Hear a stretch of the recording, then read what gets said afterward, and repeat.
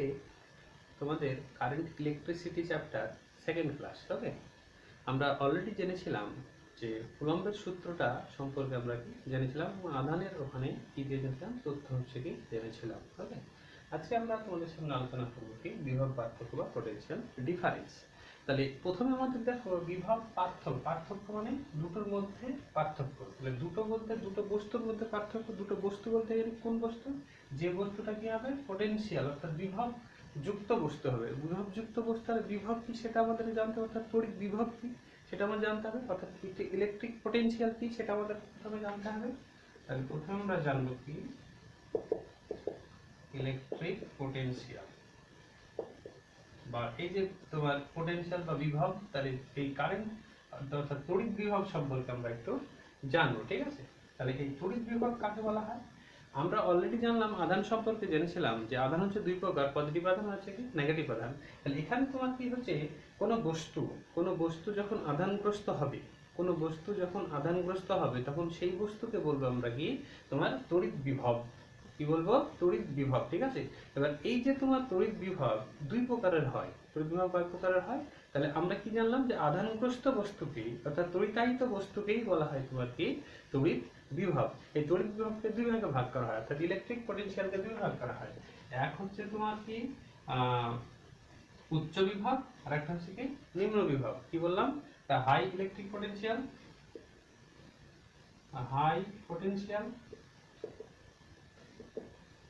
এটাকে বাংলায় বলা হয় উচ্চ বিভব।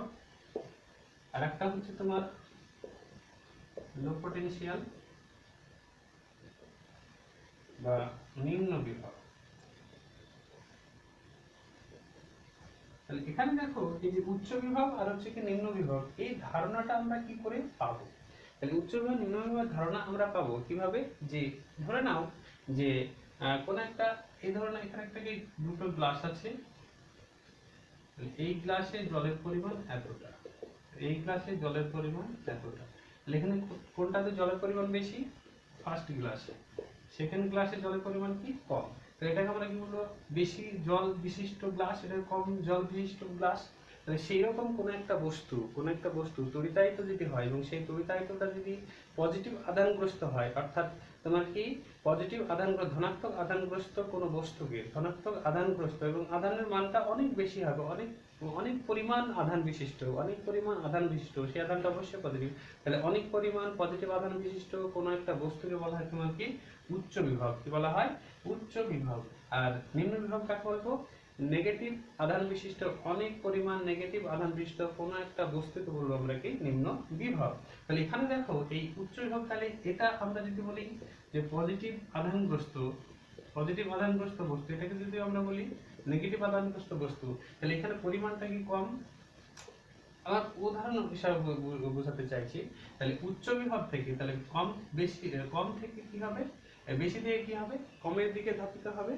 আমরা কি বেশি জল থেকে কম জল বিশিষ্ট পাত্রে কি করবো, জলটাকে ট্রান্সফার করতে পারবো।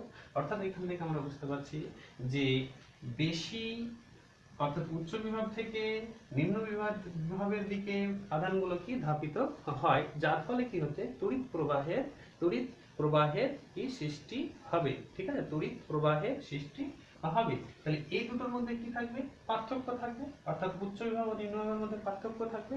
এই দুটো বিভবের মধ্যে পার্থক্যকে বলা হয় তোমার কি বিভব পার্থক্য। কি বলা হয়?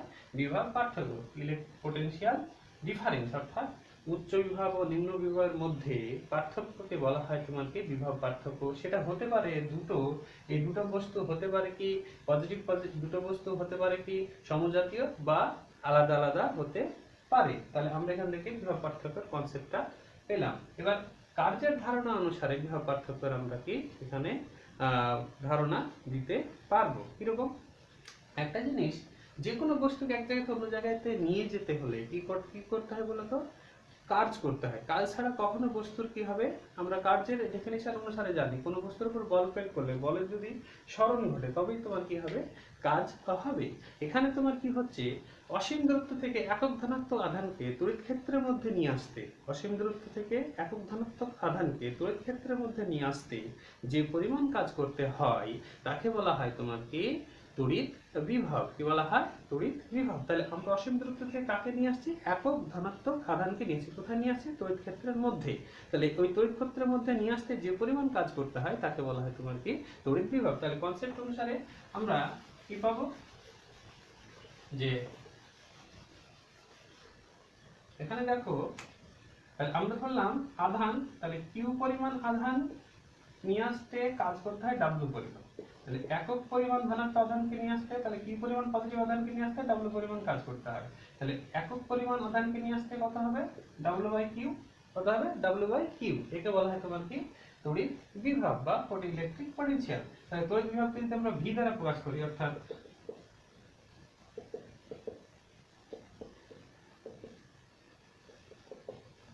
ইলেকট্রিক পটেনশিয়ালকে যদি আমরা ভি দ্বারা প্রকাশ করি, তাহলে কি করছি আমরা? W by Q. অতএব তোমার কি? ইলেকট্রিক পটেনশিয়াল সমান সমান কি হচ্ছে? ওয়ার্ক ডান বাই হচ্ছে তোমার ওয়ার্ক ডান বাই চার্জ, বা বাংলা লিখলে কৃতকার্য বাই কি হবে? আধান। কৃতকার্য বাই কি? আধান। তাহলে বিভব ভি সমান সমান আমরা কি পাচ্ছি? কৃতকার্য বাই কত হচ্ছে? আধান। ঠিক আছে, এটা আমরা কি পেলাম। তাহলে এই বিভবের আমরা এখানে কি দেখবো? এবার একক এবং তার মাত্রা হচ্ছে কি দেখবো। ঠিক আছে, তাহলে আমরা এখান থেকে কি পেলাম? যে দেখো, যে ভি ইকুয়াল টু কি পাচ্ছি? W by Q. কি পাচ্ছি? V equal to W by Q. তাহলে এর একক আমরা কি করে লিখবো? এর একক আর এর একক। ঠিক আছে, এর একক কি? এসআই পদ্ধতিতে। তাহলে ভি এর এসআই পদ্ধতিতে একক আমরা লিখলাম। তাহলে কাজের এসআই পদ্ধতি একক কি? জুল। আর আধানের এসআই পদ্ধতি একক কি? কুলম। তাহলে আর joule by coulomb, joule per কুলমকে বলা হয় তোমার কি? ভোল্ট। কি বলা হয়? ভোল্ট। তাহলে এসআই পদ্ধতিতে একক কি হলো? ভোল্ট। ঠিক আছে, আর ভি এর সিজিএস পদ্ধতিতে একক কি দেখবো? কার্যের সিজিএস পদ্ধতিতে একক কি হচ্ছে? আর। ঠিক আছে, কার্যের আর বাই কি হচ্ছে তোমার? E S U. তাহলে আর বাই এস ইউ কে বলা হয় তোমার কি? Stack volt. বলা হয় স্ট্যাক ভোল্ট। ওকে, কি বলা হয়? Stack volt. ঠিক আছে, তাহলে এখান থেকে আমরা এসআই এবং সিজিএস পদ্ধতিতে তোমার কি বিভবের তোমার একক পেলাম। তাহলে মাত্রাটা কি হবে? তাহলে dimension of potential is equal to dimension of work done by dimension of আধান বা চার্জ। তাহলে এর ডাইমেনশন কি? আমরা জানি কৃতকার্যের ডাইমেনশন তোমার কি? ml t to the power -2 into কত? l। প্রযুক্ত বল ইনটু স্বল্প সমান কাজ। তাহলে কত হচ্ছে? ml square t to the power -2। ঠিক আছে, আর আধান q সমান সমান আমরা কনসেপ্ট জানি যে i ইকুয়াল টু কত জানি? q by t। তাহলে তোমার i equal to q by t। তাহলে আমরা এখান থেকে কি পাচ্ছি? q সমান সমান কত হচ্ছে? i into t। তাহলে কি তোমার কারেন্ট ইনটু কি? সময়। তাহলে সময়ের মাত্রা কি? Capital T. তাহলে মানটা বসে দাও। তাহলে এখানে কত হচ্ছে? ml square t to the power -2 by কত হচ্ছে? q এর মাত্রা i ইনটু কত হচ্ছে? t। তাহলে এই টি উপরে চলে গেল, তাহলে কত হচ্ছে? -3 হবে। তাহলে কত হলো? m i inverse l square t to the power -3। এটা হলো তোমার কি? v এর মাত্রা। এটা খুব ইম্পর্টেন্ট, পরীক্ষা কিন্তু এটা পড়ে। ঠিক আছে, তাহলে আমরা ভি এর মাত্রা কত পেলাম? তাহলে ভি এর মাত্রা আমরা পেলাম কত? m i inverse l square t to the power minus কত হচ্ছে? 3। এটা আমরা কা পেলাম? পটেনশিয়াল, অর্থাৎ তোমার ইলেকট্রিক পটেনশিয়ালের মাত্রা হচ্ছে কি পেয়ে গেলাম। ঠিক আছে, এবার এখানে দেখো এই এসআই পদ্ধতিতে এককটা কত পেয়েছিলাম? ভোল্ট। এই ভোল্ট কাকে বলে সেই সম্পর্কে আমরা একটু বলবো। ঠিক আছে,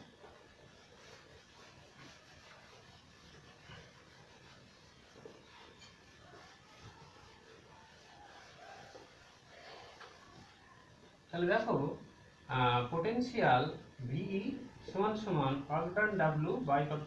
আধান বা চার্জ Q। তাহলে this equals to 1, অর্থাৎ 1 ভোল্ট যদি হয় তাহলে এটাও কত? 1 হতে হবে, এটাও তো 1 হতে হবে। ঠিক আছে, অর্থাৎ 1 ভোল্ট সমান সমান 1 জুল বাই কত হচ্ছে? 1 কুলম্ব। ঠিক আছে, তাহলে এখানে দেখো, তাহলে সংজ্ঞাটা আমরা কি বলবো? যে 1 কুলম্ব আধানকে অসীম দূরত্ব থেকে তড়িৎ ক্ষেত্রের মধ্যে নিয়ে আসতে যদি 1 জুল কাজ করা হয় তবে তার বিভব হবে কত 1 ভোল্ট।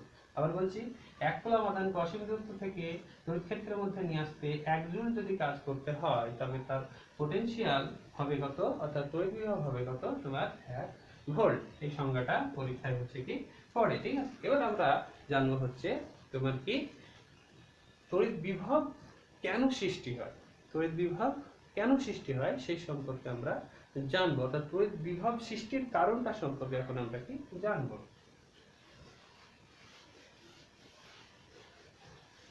তড়িৎ বিভব সৃষ্টির কারণকে তোমার তড়িৎ বিভব সৃষ্টির কারণকে বলা হয় তোমার কি ইলেকট্রোমোটিভ ফোর্স, অর্থাৎ ইএমএফ। কি বলা হয়?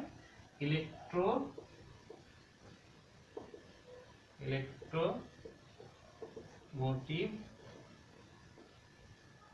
ফোর্স বা তড়িৎ চালক বল।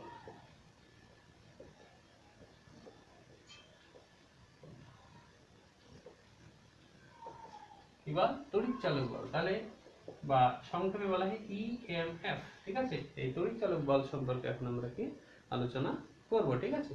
তাহলে এই তড়িৎ চালক বল অ্যাকচুয়ালি কি? অ্যাকচুয়ালি দেখো, আমরা উচ্চ বিভব থেকে নিম্ন বিভবের দিকে আধানকে পাঠাবো। এমনি একটা জিনিস ভাবো যে কোনো বস্তুকে এক জায়গা থেকে অন্য জায়গায় যদি তুমি ডিসপ্লেস করতে চাও, অর্থাৎ এক জায়গা থেকে অন্য জায়গায় নিয়ে যেতে চাও, তাহলে কিসের দরকার? বলের দরকার, অর্থাৎ ধাক্কা মারতে হবে। ধাক্কা ছাড়া কখনোই তোমার কি একটা বস্তু থেকে একটা বস্তু অন্য জায়গায় যাবে না। কোনো স্থির বস্তু বা যে কোনো বস্তু তার স্থানান্তরিত ঘটবে না। তাহলে এখানে উচ্চ বিভব থেকে নিম্ন বিভবের দিকে, অর্থাৎ তোমার কি হচ্ছে আধানকে তুমি পাঠাবে, তাহলে পাঠানোর জন্য কিসের দরকার? বলের দরকার। এখানে ওই যে বল, ওই বলটাই হলো তোমার কি তড়িৎ চালক বল। বলটা অ্যাকচুয়ালি কি তড়িৎ চালক বল। যে বলের কারণে তোমার অ্যাকচুয়ালি কি হচ্ছে বিভব পার্থক্যের সৃষ্টি হচ্ছে। বিভব পার্থক্যের সৃষ্টির কারণেই তোমার কি হচ্ছে তড়িৎ প্রবাহের সৃষ্টি হচ্ছে। তাহলে আমরা এখান থেকে বুঝতে পারলাম বিভব পার্থক্যের সৃষ্টির মূল কারণ হচ্ছে কি ইলেকট্রোমোটিভ ফোর্স, যেটা অ্যাকচুয়ালি হচ্ছে কি বল। কি হচ্ছে? একটা বল। এই ইলেকট্রোমোটিভ ফোর্সই অ্যাকচুয়ালি তোমার কি বস্তুর হচ্ছে কি রাসায়নিক শক্তি বা অন্য কোনো শক্তিকে কিসে তোমার কি অন্য কোনো শক্তিকে তোমার বিভব পার্থক্যে রূপান্তরিত করে তড়িৎ প্রবাহের সৃষ্টি করে। যেমন তোমার কি ডায়নামোতে এগুলো দেখা যায়। আর নর্মালি এমনি আমরা সংজ্ঞা বলতে পারি যে কোনো একটা তোমার কি সেল আছে বা কোনো একটা তোমার ব্যাটারি আছে, সেই ব্যাটারি যখন তোমার ওপেন সার্কিট থাকবে, কি সার্কিট? অর্থাৎ মুক্ত বর্তনী থাকবে, তখন তার দুই প্রান্তের বিভব পার্থক্য বলবো আমরা তড়িৎচালক বল। কি বললাম? ওপেন সার্কিট বা মুক্ত বর্তনীর বিভব পার্থক্যকে বলা হয় তড়িৎ চালক বল। ওকে, তাহলে এখানে আমরা এই তড়িৎ চালক বল আর বিভব পার্থক্যের ব্যাপারটা আমরা বুঝতে পারলাম। এরকম কি তড়িৎচালক বলের কারণেই বিভব পার্থক্যের সৃষ্টি হয়। তড়িৎচালক বল ছাড়া কখনোই বিভব পার্থক্যের সৃষ্টি হবে না। তাহলে কোনো বস্তুর আমরা কি বলতে পারি? তড়িৎচালক বল হচ্ছে কারণ আর বিভব পার্থক্য হচ্ছে তোমার কি ফলাফল। তোমার কি হয় এই দুটো তড়িৎচালক বল আর বিভব পার্থক্যের যে তাদের মধ্যে পার্থক্য কিন্তু পরীক্ষায় মাধ্যমিকে এটা পড়ে, ঠিক আছে। তো দু তিনটা পার্থক্য তোমরা কি জেনে রাখবে, দুটোর সংজ্ঞা জেনে রাখবে, তড়িৎচালক বলের সংজ্ঞা আর বিভব পার্থক্যের সংজ্ঞা। যেমন আরেকটা আমরা বলতে পারি যে তড়িৎচালক বল হচ্ছে কি কারণ আর বিভব পার্থক্য হচ্ছে কি ফলাফল, ঠিক আছে। আর এইরকম আর বলতে পারো যে বিভব পার্থক্য সৃষ্টি হয় কি যুক্ত বর্তনীর ক্ষেত্রে, আর তড়িৎচালক বল সৃষ্টি হয় মুক্ত বর্তনীর ক্ষেত্রে। এটা আমরা কি পার্থক্যগুলো পরপর কি বলতে পারবো। আর একটা জিনিস বলে রাখি যে তড়িৎচালক বলের একক হিসেবে পদ্ধতি একক হচ্ছে তোমার কি ওই ভোল্ট। হিসাবে একক কি হচ্ছে কি ভোল্ট, ঠিক আছে। হ্যাঁ, এবার এই ভোল্ট আর স্টেপ ভোল্টের মধ্যে কি রিলেশনটা কি সেটা আমরা এখানে একটু দেখবো, ঠিক আছে। 1 ভোল্ট সমান সমান মনে রেখো যে 1 ভোল্ট সমান সমান 1 এর 300 স্ট্যাট ভোল্ট। তো 1 এর 300 স্ট্যাট ভোল্ট। ওকে, আমরা আলোচনা করব কি হচ্ছে কি ইলেকট্রিক কারেন্ট। কি আলোচনা করব? ইলেকট্রিক কারেন্ট, ঠিক আছে। এই ইলেকট্রিক কারেন্টটা কি? অলরেডি আমরা জানলাম বিভব পার্থক্য থাকার কারণে উচ্চ বিভব থেকে নিম্ন বিভবের দিকে কি হবে তড়িৎ প্রবাহের সৃষ্টি হবে। ওই যে প্রবাহ হচ্ছে সেই প্রবাহটাকে বলবো আমরা কি ইলেকট্রিক কারেন্ট, ঠিক আছে। এই ইলেকট্রিক কারেন্টের কনসেপ্ট আমরা কিসের জন্য পেলাম? বিভব পার্থক্যের জন্য হচ্ছে কি পেলাম। এখানে অ্যাকচুয়ালি কি হয়, ধরে নাও যে এটা হচ্ছে কি পজিটিভ বডি, এটা ধরো নাও কি নেগেটিভ বডি, পজিটিভ বডি, এটা হচ্ছে কি নেগেটিভ বডি। তাহলে এই পজিটিভ বডি হচ্ছে উচ্চবিভব, এখান থেকে কি হচ্ছে পজিটিভ নেগেটিভের দিকে যাবে, তাহলে সিমিলারলি নেগেটিভ পজিটিভের দিকে আসবে। তো অর্থাৎ তোমার এখানে কি হচ্ছে ইলেকট্রনগুলো কি হবে নিম্ন বিভব থেকে তোমার উচ্চ বিভবের দিকে ধাবিত হবে। তাহলে এই ইলেকট্রনের যে ফ্লো হচ্ছে, ইলেকট্রন ফ্লোর অপোজিট যে মোশন, অর্থাৎ ইলেকট্রনের অপোজিট মোশনকে বলা হয় তোমার কি কারেন্ট। আবার বলছি, ইলেকট্রন তাহলে নেগেটিভ থেকে পজিটিভের দিকে যাচ্ছে, আর পজিটিভ নেগেটিভের দিকে যাবে তোমার কি কারেন্ট। তাহলে ইলেকট্রনের অপোজিট মোশনকে বলা হয় তোমার কি কারেন্ট। অর্থাৎ তাহলে এটা আমরা এখান থেকে বুঝতে পারলাম। তাহলে এখানে রেট অফ কারেন্ট অর্থাৎ প্রবাহ মাত্রা, ঠিক আছে, অর্থাৎ ইলেকট্রিক তোমার কি রেট অফ প্রবাহ অর্থাৎ প্রবাহ মাত্রা কাকে বলা হয়? রেট, দ্যাট মিন্স তোমার সময় দিয়ে ভাগ। আবার বলছি, রেট মানে সময় দিয়ে ভাগ, অর্থাৎ একক সময়ে কোনো পরিবাহের মধ্যে দিয়ে তার একক প্রস্থচ্ছেদের মধ্যে দিয়ে যত পরিমাণ আধান কি হচ্ছে কি পরিবাহিত হয় তাকে বলা হয় ওই পরিবাহের প্রবাহ মাত্রা। ঠিক আছে, কি বললাম যে তোমার সময়ে একক প্রস্থচ্ছেদের মধ্যে দিয়ে কোনো পরিবাহের মধ্যে দিয়ে যত পরিমাণ কি হচ্ছে কি আধান পরিবাহিত হয় তাকে বলা হয় তোমার কি ওই পরিবাহের প্রবাহ মাত্রা। ঠিক আছে, একক সময়ের আধান। তাহলে আমরা এখানে কারেন্টকে আই দ্বারা প্রকাশ করলাম। তাহলে এখানে কারেন্ট হচ্ছে আই, আর চার্জ বা আধানকে বললাম কত কিউ, আর টাইমকে বললাম কত আমরা টি। তাহলে বললাম যে টি টাইমে আধান যাচ্ছে কত হচ্ছে কি কিউ পরিমাণ। তাহলে একক সময় কত যাচ্ছে কিউ বাই টি। তাহলে এখান থেকে আমরা from the definition of current বা তোমার কি কারেন্টের সংজ্ঞা অনুসারে বা প্রবাহমাত্রার সংজ্ঞা অনুসারে আমরা কি দেখলাম আই সমান সমান কত পাচ্ছি কিউ বাই টি। অর্থাৎ তোমার একক সময়ের কোনো পরিবাহের মধ্যে দিয়ে একক প্রস্থচ্ছেদের মধ্যে দিয়ে যে পরিমাণ আধান পরিবাহিত হয় তাকে বলা হয় তোমার কি কারেন্ট বা প্রবাহ মাত্রা। ঠিক আছে, তাহলে এখান থেকে আমরা প্রবাহ মাত্রা সময় সাপেক্ষে আধানের পরিমাণটা আমরা আধানের পরিমাণের সাহায্যে তোমার কারেন্টের সঙ্গে এখান থেকে পেলাম। এই কারেন্টের এসআই একক হচ্ছে তোমার আধানের এসআই একক বা সময়ের একক। তাহলে এখানে এসআই একক হচ্ছে কি অ্যাম্পিয়ার, কি হচ্ছে কি অ্যাম্পিয়ার। আর সিজিএস একক কারেন্টের হচ্ছে এএমইউ। ঠিক আছে, ইলেকট্রোম্যাগনেটিক ইউনিট। ঠিক আছে, ইলেকট্রোম্যাগনেটিক ইউনিট ইএমইউ। এখানে মনে রাখবো যে 1 ইএমইউ ইকুয়াল টু হচ্ছে 10 অ্যাম্পিয়ার। কত বললাম এটা সম্পর্কটা মনে রেখো যে 1 ইএমইউ সমান হচ্ছে কত বললাম 10 অ্যাম্পিয়ার। তাহলে এখান থেকে আমরা এটা বুঝতে পারলাম। ঠিক আছে, এবার এই যে কারেন্ট, ঠিক আছে, তাহলে কারেন্টের কনসেপ্টটা এখান থেকে আমরা পেয়ে যাচ্ছি। তাহলে কারেন্টের আমরা এখান থেকে মাত্রাটা হচ্ছে কি পেয়ে যাব, কারেন্টের মাত্রাটা এখান থেকে পেয়ে যাব। তাহলে কারেন্টের মাত্রাটা কি হবে? তাহলে তোমার আধানের মাত্রা কিউ, তাহলে কারেন্টের মাত্রা আই সমান কিউ এর মাত্রা বাই সময়ের মাত্রা। কিউ এর মাত্রা কি কুলম্ব, সি, আর সময়ের মাত্রা কি টি, তাহলে কত হবে সি টি ইনভার্স, কত হচ্ছে সি টি ইনভার্স। ওকে, যেমন আমরা এখান থেকে কি পাবো, আমরা আধানের মাত্রাও পাবো, সেটা কত হচ্ছে তোমার বলো, তাহলে আই ইনটু কত হচ্ছে কি টি, এটা হচ্ছে কি আধানের মাত্রা। এখানে কনসেপ্ট থেকে আমরা এখান থেকে পেয়ে যাব। এবারে তোমাদের আমি আলোচনা করব কি হচ্ছে ওহমস ল। কি আলোচনা করব? ওহমস ল বা ওহমের সূত্র।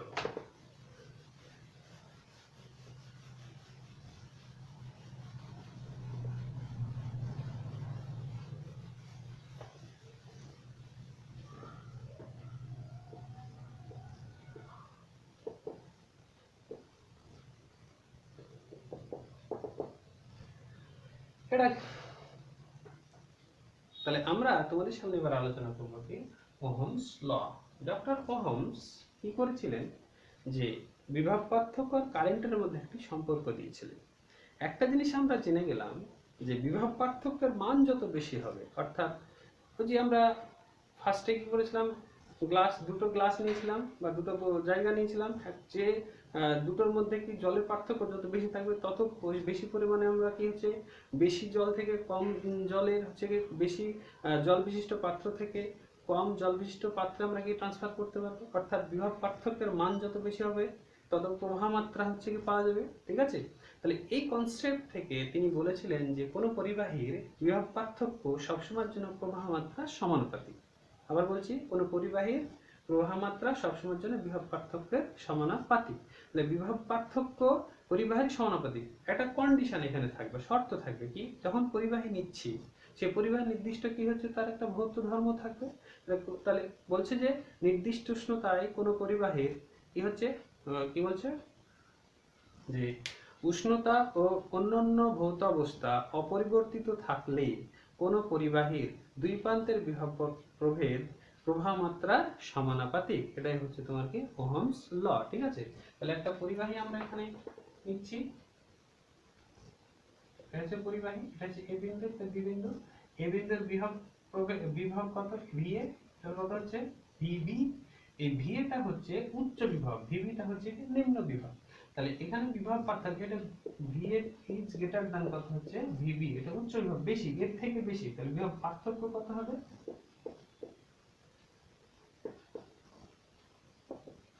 তাহলে বিভব পার্থক্য সমান সমান কত হচ্ছে ভিএ মাইনাস কত হচ্ছে ভিবি। তাহলে এই বিভব পার্থক্য অ্যাকর্ডিং টু দ্য ওহমস কি বলছে, তাহলে এর মধ্যে দিয়ে প্রবাহ মাত্রা কত আই যাচ্ছে, তাহলে এই বিভব পার্থক্য ভিএ মাইনাস কত হচ্ছে ভিবি ইজ প্রপোর্শনাল কত হচ্ছে আই। ভিএ মাইনাস ভিবি কে ধরলাম কত আমরা ভি, তাহলে কত হচ্ছে ভি ইজ প্রপোর্শনাল কত হচ্ছে আই। তো এটা হচ্ছে প্রপোর্শনাল চিহ্ন, এটাকে তুলতে গেলে একটা কি ধ্রুবক রাশি দরকার। একটা ধ্রুবক রাশি আমরা এখানে কি নিলাম, আর নিলাম। ঠিক আছে, তাহলে ভি ইকুয়াল টু হচ্ছে আই আর। এই আর কে বলা হয় কি resistance, resistance of the body. কোন বডি, যে পরিবাহীটা আমরা কি নিয়েছিলাম। তাহলে এখানে নতুন একটা তথ্য পেলাম কি রেজিস্ট্যান্স অর্থাৎ রোধ, কি হচ্ছে কি রোধ। তাহলে এই রোধ কাকে বলা হয়, তাহলে আর ইজ ইকুয়াল টু কি পাচ্ছি ভি বাই আই, কি পাচ্ছি ভি বাই আই। তাহলে রোধ কাকে বলা হয়, যে কোন পরিবাহীর বিভব পার্থক্য এবং প্রবাহ মাত্রা অনুপাতকে বলা হয় তোমার কি রোধ। রোধ মানে হচ্ছে বাধা, রোধ মানে কি বাধা। তাহলে বাধা দিবে, এই যে জিগজ্যাগ চিহ্নটা দিচ্ছে ওটা হচ্ছে কি রোধের তোমার কি সিম্বল, সার্কিট সিম্বল, এটা কি রোধের সার্কিট সিম্বল। ঠিক আছে, তাহলে এই সার্কিট সিম্বল অর্থাৎ কি রোধ কি করবে, প্রবাহ মাত্রাকে বাধা, প্রবাহ মাত্রা বলতে কারেন্টকে বাধা দেবে, কারেন্ট বলতে আইকে যেতে বাধা দেবে। অর্থাৎ কোনো পরিবাহীর রোধের মান যত বেশি হবে ওই পরিবাহের মধ্যে কারেন্টের মান তত কম হবে। কেন, কারেন্ট তত কম যাবে, কেন, কারণ বাধার পরিমাণটা বেশি। তাহলে আমরা রোধ সমান সমান কি পেলাম, বিভব পার্থক্য এবং প্রবাহ মাত্রা অনুপাতকে বলা হয় তোমাকে রোধ। রোধের একক আমরা কি দেখবো, রোধের এসা একক কি দেখবো, তাহলে বিভবের এসা একক কি ভোল্ট, এর এসা একক কি তোমার অ্যাম্পিয়ার, ভোল্ট বাই অ্যাম্পিয়ার কে বলা হয় কি ওহম, কি বলা হয় ওহম। কেন ওহম বললাম, কারণ ডক্টর ওহম এর তথ্য অনুসারে এই রেজিস্ট্যান্সের একক হচ্ছে ওহম, আর চিহ্নটা হচ্ছে সিম্বলটা হচ্ছে, অর্থাৎ এর একক কি দেখলাম আমরা ওহম, এর সিম্বলটা দেখবো এইরকম। ঠিক আছে, এটা হচ্ছে কি ওহমের সিম্বল, কিসের সিম্বল, ওহমের সিম্বল। ঠিক আছে, বা চিহ্ন। ঠিক আছে, তাহলে আমরা এখানে এখান থেকে আমরা রেজিস্ট্যান্সের কি পাবো, আবার সংজ্ঞাও পেয়ে যাবো। ঠিক আছে, রেজিস্ট্যান্সের সংজ্ঞাও পেয়ে যাবো। কিভাবে পেয়ে যাবো দেখো, তোমার আর ইজ ইকুয়াল টু কি পাচ্ছে বলো তো ভি বাই আই। তাহলে দিস ইকুয়ালস টু 1 যদি হয়, দিস ইকুয়ালস টু যদি 1 হয়, তাহলে আর ইজ ইকুয়াল টু কত 1 হবে। অর্থাৎ 1 ভোল্ট বিভব পার্থক্যের জন্য তার মধ্যে যদি 1 অ্যাম্পিয়ার কারেন্ট প্রবাহিত হয়, তবে ওই পরিবাহের রোধকে বলা হয় কত 1 ওহম। কত বলবো 1 ওহম। এখান থেকে আমরা সংজ্ঞাটাও পেয়ে গেলাম। ঠিক আছে, তাহলে এখান থেকে আমরা এই যে তোমার এই রোধটা পেলাম, সেই যে রোধ, তাহলে ওহমের সূত্রের যদি গ্রাফিক্যাল রিপ্রেজেন্টেশন দেখি তাহলে আমরা কি পাবো দেখো, the graphical representation of Ohm's law between V and I, এটা x axis, এটা y axis, তাহলে x axis বরাবর আমরা কাকে রাখবো, v কে রাখবো, y axis বরাবর যদি I কে রাখি, এখান থেকে দেখো v এর মান যত বাড়বে, v যদি 1 হয় তাহলে I এর মান 1 হবে, তার মানে এই পয়েন্টটা এখানে হবে। v এর মান যদি 2 হয় তাহলে I এর মান 2 হবে, তাহলে এখানে হবে। v এর মান 3 হয় তাহলে এরও 3 হবে, এখানে হবে, তাহলে এখানে হবে।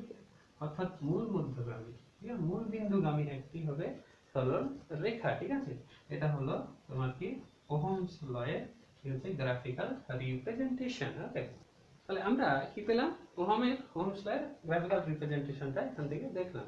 এখানে আরেকটা জিনিস তথ্য জানবে যে এই যে তোমার যে সমস্ত পদার্থ, যে সমস্ত পরিবাহী ওহমের সূত্র মেনে চলে, অর্থাৎ V proportional to the I, এই সূত্র মেনে চলে, তাদেরকে বলা হয় কি ওহমীয় পদার্থ বা ওহমীয় বস্তু। যেমন হচ্ছে যে পরিবাহীগুলো, যেমন তোমার কি অ্যালুমিনিয়াম, ফেরাস ইত্যাদি, এগুলোকে বলা হয় কি ওহমীয় পরিবাহী। আর অওহমীয় পরিবাহী কাদেরকে বলবো, যারা তোমার কি এই ওহমের সূত্র মেনে চলে না, অর্থাৎ V proportional to the I এই সূত্রটি মেনে চলে না, তাদেরকে বলা হয় কি অওহমীয় বস্তু। তাহলে অওহমীয় বস্তু কোনগুলো হবে, যেমন জার্মানিয়াম, সিলিকন, এটা হচ্ছে কি মনে রেখো পরীক্ষা এটা পড়ে, ঠিক আছে। তাহলে পরিবাহী বস্তুগুলো হচ্ছে কি ওহমীয় বস্তু, আর অওহমীয় বস্তু কোনগুলো, যেগুলো হচ্ছে ওহমের সূত্র মেনে চলে না, যেমন হচ্ছে কি সিলিকন, জার্মানিয়াম, অর্থাৎ অর্ধ পরিবাহী। ওকে, এবার আমরা কি দেখবো যে কোন পরিবাহের মধ্যে দিয়ে তোমার কি যাচ্ছে, কারেন্ট যাচ্ছে।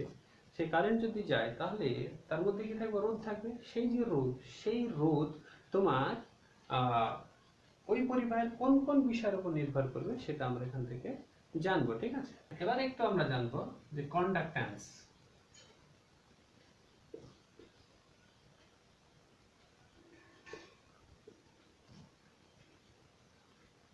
কন্ডাক্ট্যান্স বা পরিবাহিতা, কন্ডাক্ট্যান্স বা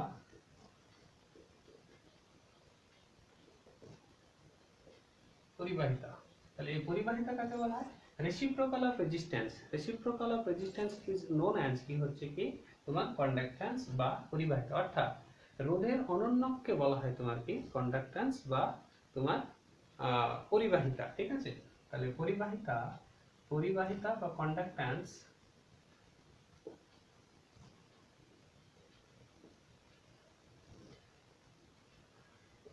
তোমার সমান 1/কত হচ্ছে কি আর রেসিপ্রোকাল অফ তোমার কি রেজিস্ট্যান্স, ঠিক আছে। তাহলে এই কন্ডাক্ট্যান্সের সিম্বলটা হচ্ছে কি, তাহলে সিম্বলটা কি হবে 1 এর চিহ্ন ওহম, তাহলে এটা কি হবে, সিম্বলটা হবে মো, কি হবে মো বা সিমেন্স, এটাকে এই চিহ্নটাকে বলা হয় মো অর সিমেন্স হচ্ছে কি এদিকে বলে, ঠিক আছে। তাহলে এখান থেকে আমরা এটা হচ্ছে কি জানলাম। তাহলে এই রোধ তোমার কোন কোন বিষয়ের উপর নির্ভর করবে সেই সম্পর্কে আমরা অ্যাকচুয়ালি, তাহলে এবার আমরা জানবো কি রেজিস্টিভিটি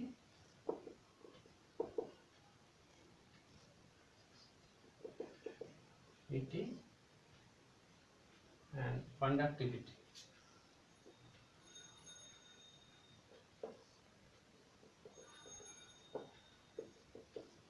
রোধাঙ্ক ও পরিবাহিতাঙ্ক সম্পর্কে এবার আমরা জানবো। তাহলে একটা জিনিস মনে রাখো, 1 নম্বর, কোন পরিবাহীর রোধ ওই পরিবাহের দৈর্ঘ্যের কি হবে সমানুপাতিক। কখন, যখন ওই পরিবাহের উষ্ণতা এবং ক্ষেত্রফল অপরিবর্তিত থাকবে। তাহলে 1 নম্বর কি পেলাম, যে কোন পরিবাহের রোধ, ধরে নাও একটা পরিবাহী,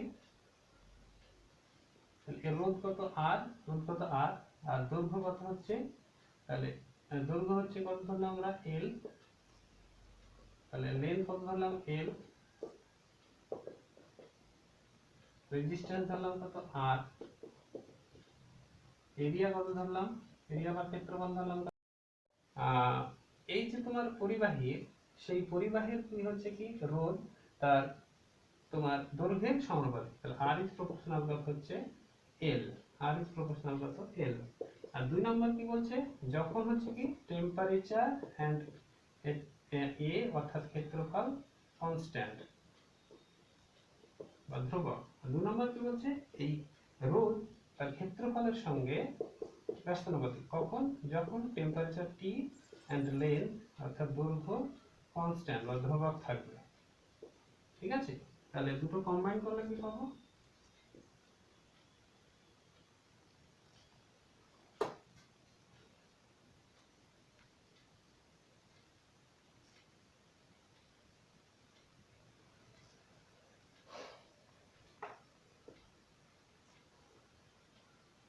তাহলে দুটো কম্বাইন করলে কত পাবো, যে আর ইজ প্রপোর্শনাল এল বাই এ।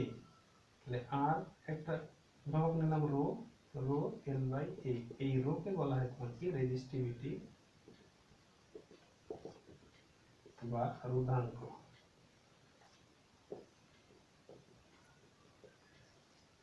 রোধাঙ্ক, ঠিক আছে। তাহলে এই রেজিস্টিভিটি, তাহলে এখান থেকে দেখো যে রো ইজ ইকুয়াল টু কত হচ্ছে, এখানে দেখো আর ইনটু এ বাই কত হচ্ছে এল। তাহলে এ ইজ ইকুয়াল টু যদি 1 হয়, এল ইজ ইকুয়াল টু যদি 1 হয়, তাহলে আমরা রো ইজ ইকুয়াল টু কত পাচ্ছি, এ পাচ্ছি। অর্থাৎ তোমার কি একক দৈর্ঘ্য বিশিষ্ট একক ক্ষেত্রফল বিশিষ্ট কোন পরিবাহের রোধকে বলা হয় রোধাঙ্ক। এবার বলছি যে একক দৈর্ঘ্য বিশিষ্ট একক ক্ষেত্রফল বিশিষ্ট কোন পরিবাহের রোধকে বলা হয়, কোন পরিবাহীর রোধকে, কোন পরিবাহের রোধকে বলা হয় তোমার কি রোধাঙ্ক।